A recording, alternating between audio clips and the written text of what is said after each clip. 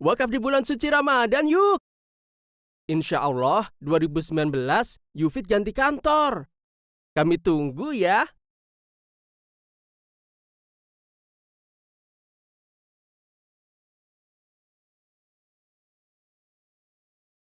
Bismillahirrahmanirrahim. Assalamualaikum warahmatullahi wabarakatuh.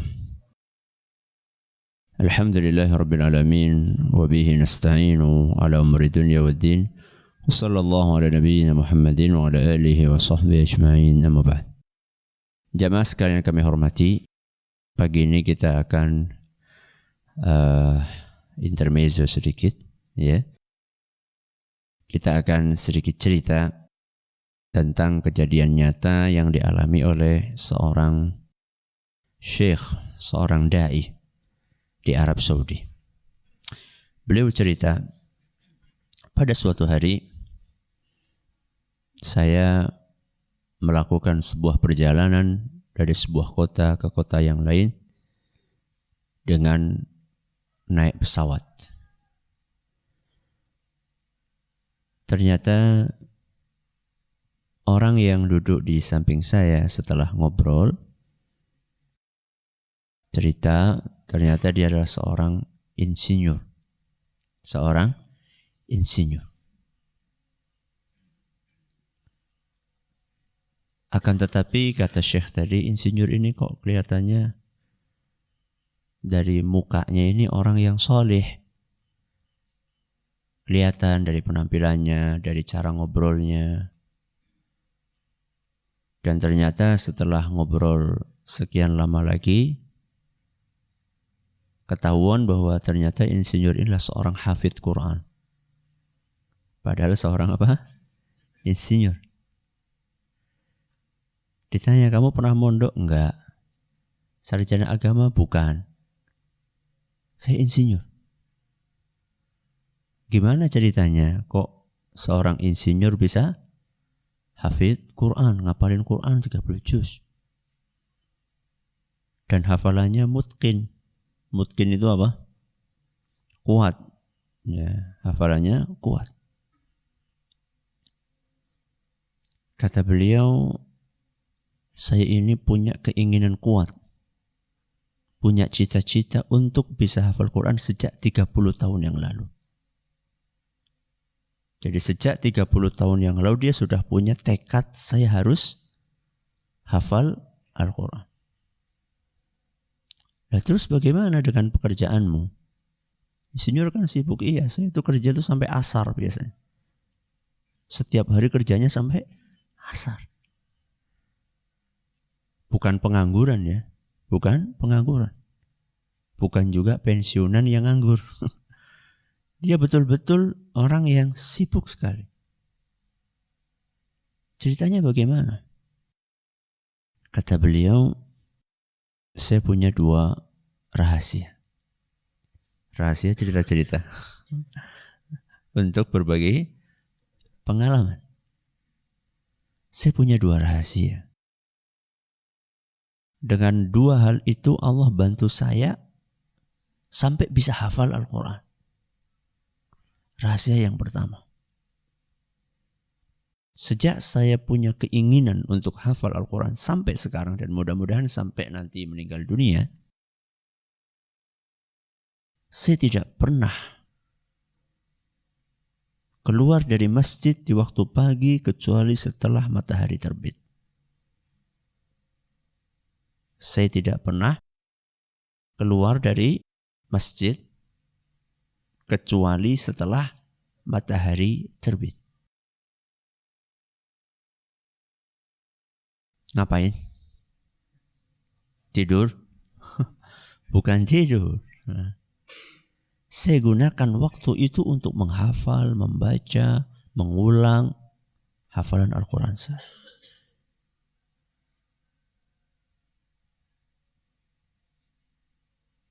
Dan Allah berikan keberkahan kepada waktu saya. Karena memang Nabi kita SAW bersabda, burika li ummati fi bukuriha. Keberkahan waktu waktu umatku itu ada di pagi hari. Apa? Keberkahan waktu umatku ada di pagi hari. Maka kalau paginya dipakai untuk sesuatu yang bermanfaat, apalagi untuk ibadah, apalagi untuk baca Quran, apalagi untuk zikir, maka sepanjang harinya akan berkah. Tapi kalau langkah awalnya sudah salah, pagi digunakan untuk apa? Tidur, atau untuk ngobrol, atau untuk hal-hal lain yang tidak bermanfaat, maka sepanjang harinya berikutnya akan tidak berkah. Rasulullah Sallallahu Alaihi Wasallam menjelaskan tentang pahala orang yang habis subuh duduk di masjid. Duduk bukan main HP ya. Nah, duduk untuk berzikir. Man shallal ghadata fi jama'atin. Siapa yang salat subuh berjamaah. Thumma qa'ada yadhkurullaha hatta tatlu'ash syams. Kemudian dia duduk berzikir, mengingat Allah. Jadi zikir ini makna cakupannya luas.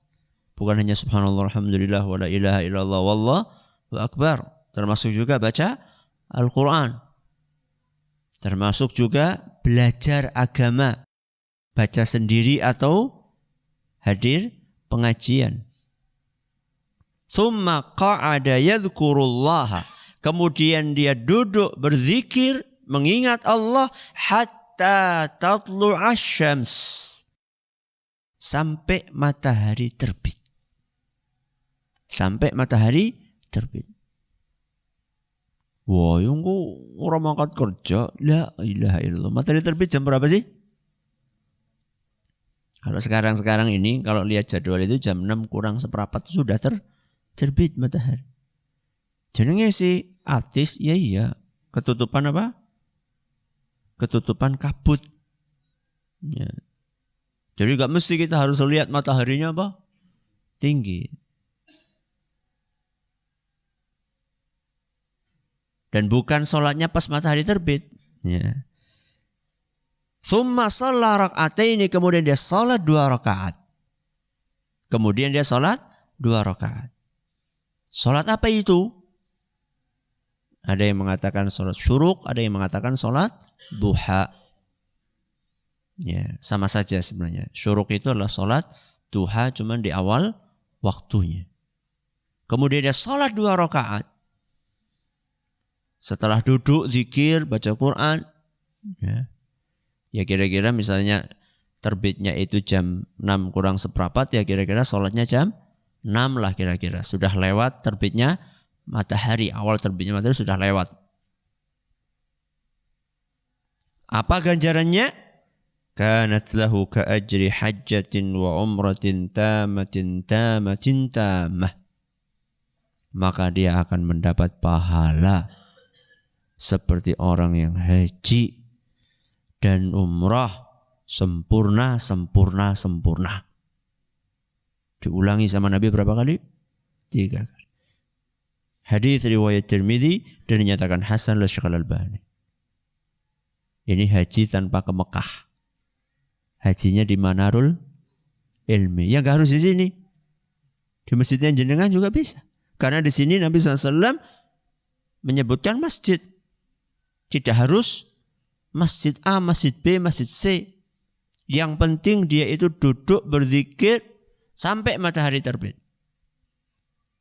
Kata orang ini, dengan saya menggunakan cara tersebut, maka Allah mudahkan saya untuk menghafal Al-Quran. Terus rahasia yang kedua apa? Rahasia yang kedua, tidak pernah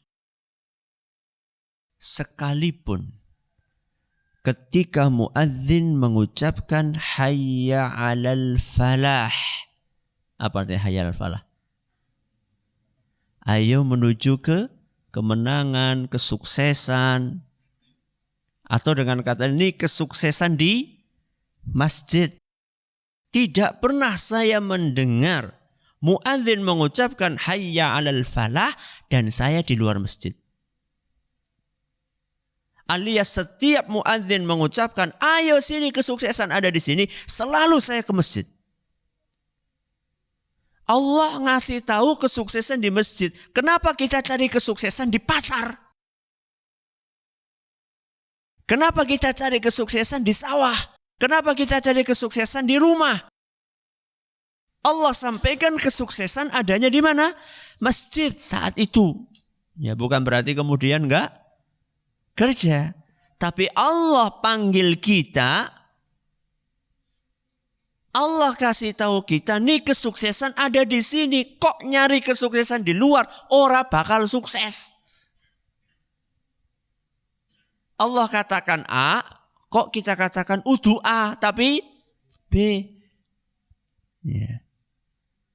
Allah katakan kesuksesan ada di sini. Maka sejak itu saya dimudahkan oleh Allah Subhanahu wa taala untuk hafal Quran, dan hafalan Quran saya kuat.